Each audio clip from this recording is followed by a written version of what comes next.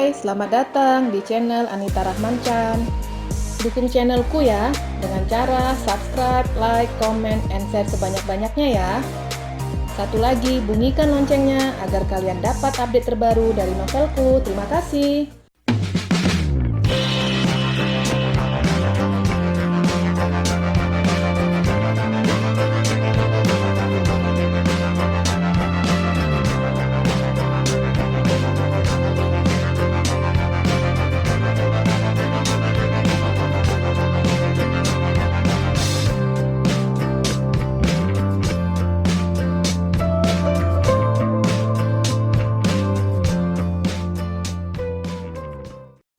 Episode 56. Dimas dan Tanisa selesai mandi jam 7 lebih.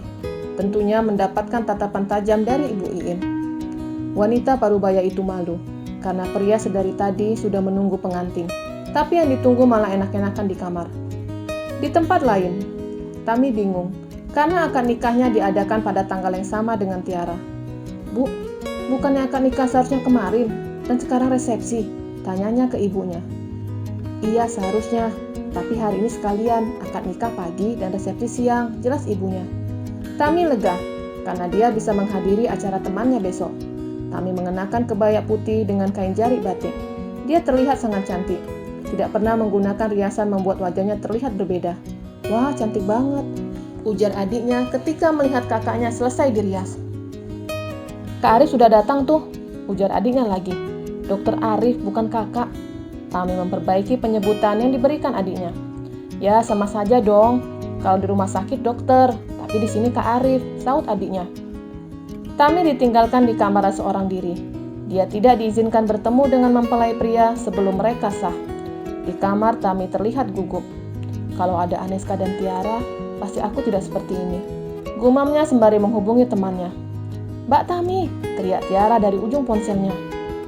Mbak sudah sampai mana? Tanya temannya. Tiara berpikir kalau temannya datang pada akad nikahnya. Mbak belum bisa datang, tapi besok Mbak usahakan datang, saut Tami. Ya Mbak, Aneska juga nggak bisa datang, karena ada resepsi Dimas. Aku gugup Mbak, ujarnya. Bukan hanya kamu, Mbak juga gugup. Tami bergumam dalam hatinya. Jam berapa akad nikah kamu? Tanya Tami. Jam 10, saut Tiara. Akad nikah Tami lebih cepat 2 jam dari akad nikah Tiara.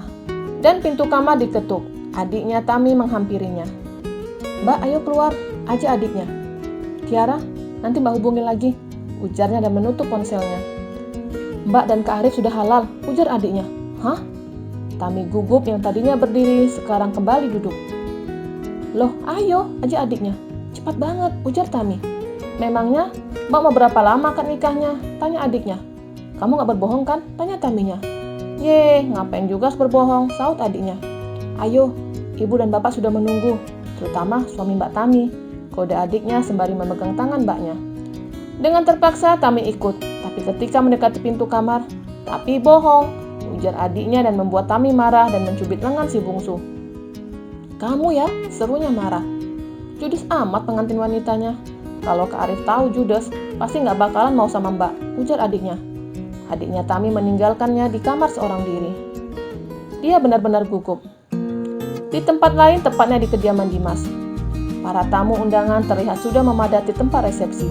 Semua tamu undangan berbisik-bisik, karena pengantin wanitanya sangat cantik. Aku ngantuk, bisik Tanisa sembari menguap. Aku lagi, saut Dimas ikut mengantuk.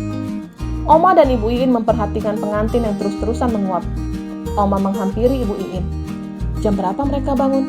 Tanya Oma sembari menunjuk ke arah pengantin yang duduk di atas pelaminan. Jam 7, saut Ibu Iin. Jam 7 masih mengantuk, kumam Oma. Iin, berikan kopi untuk pengantin, kita Oma. Tapi kenapa Oma? Tanya Ibu Iin bingung. Apa kamu tidak melihat? Oma menunjuk Dimas dan Tanisa. Mereka lebih banyak menguap daripada tersenyum, ujar Oma. Iya juga.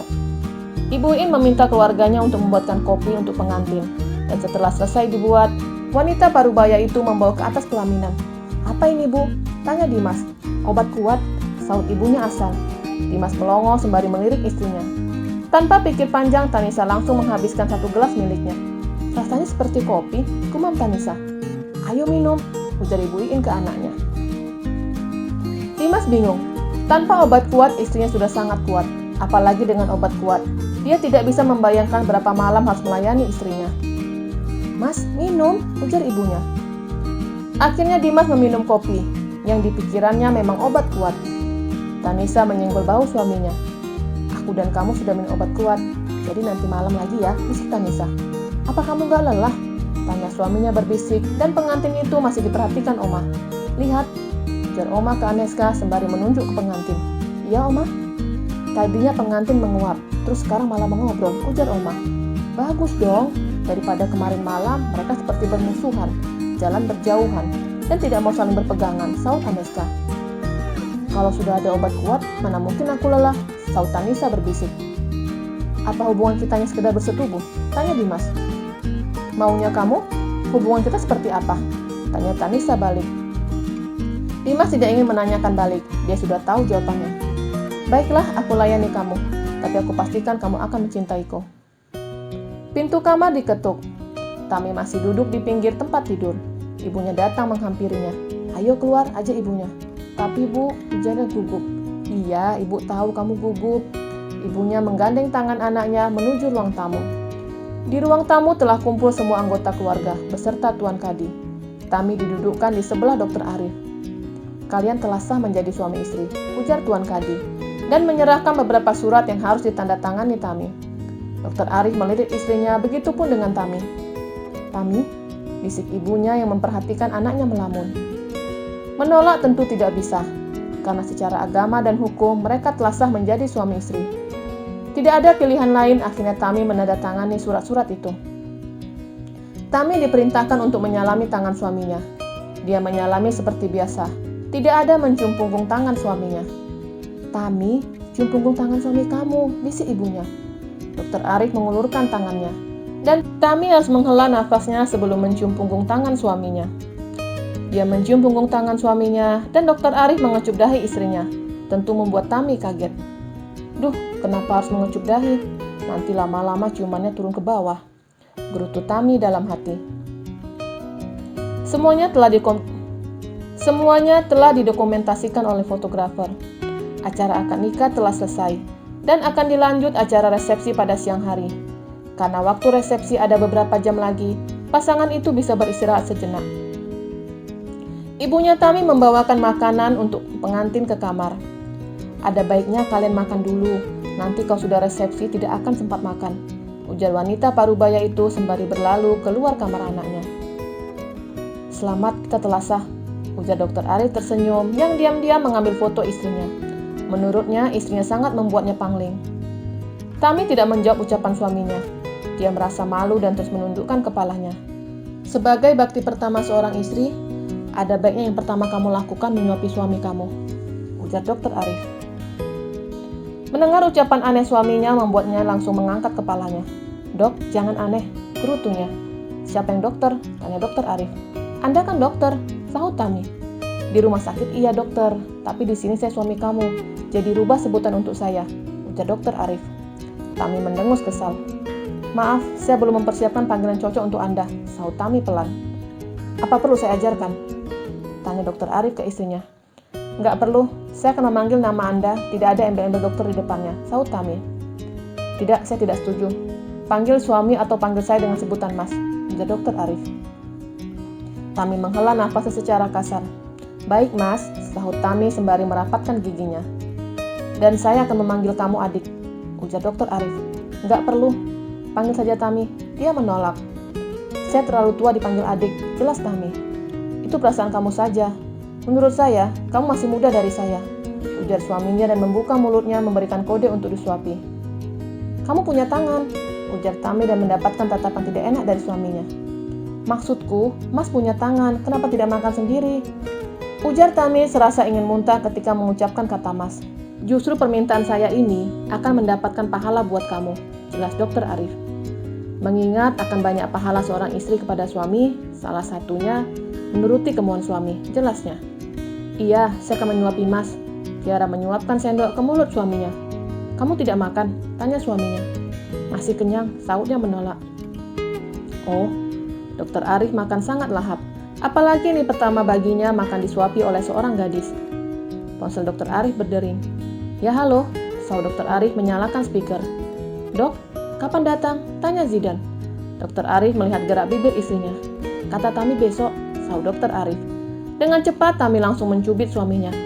Au, dokter itu meringis kesakitan. Dok, kenapa? Tanya Zidan penasaran. Dr. Arif mengelus tangannya. Sita. Belum selesai Dr. Arif berbicara, Tami sudah menutup panggilan itu. Kenapa dimatikan? Tanya Dr. Arif. Kenapa kamu menyebutkan nama saya? Ujar Tami. Dan ponsel kembali berdering. Tami memohon kepada suaminya agar tidak mengatakan yang sebenarnya. Tapi Dr. Arif menunjuk pipinya dan Tami langsung mengecup pipi suaminya, yang tentu membuat Dr. Arif melongok. Apa dokter bersama Tami? Tanya Zidan penasaran. Memangnya kenapa? Tanya Dr. Arif balik. Nggak ada.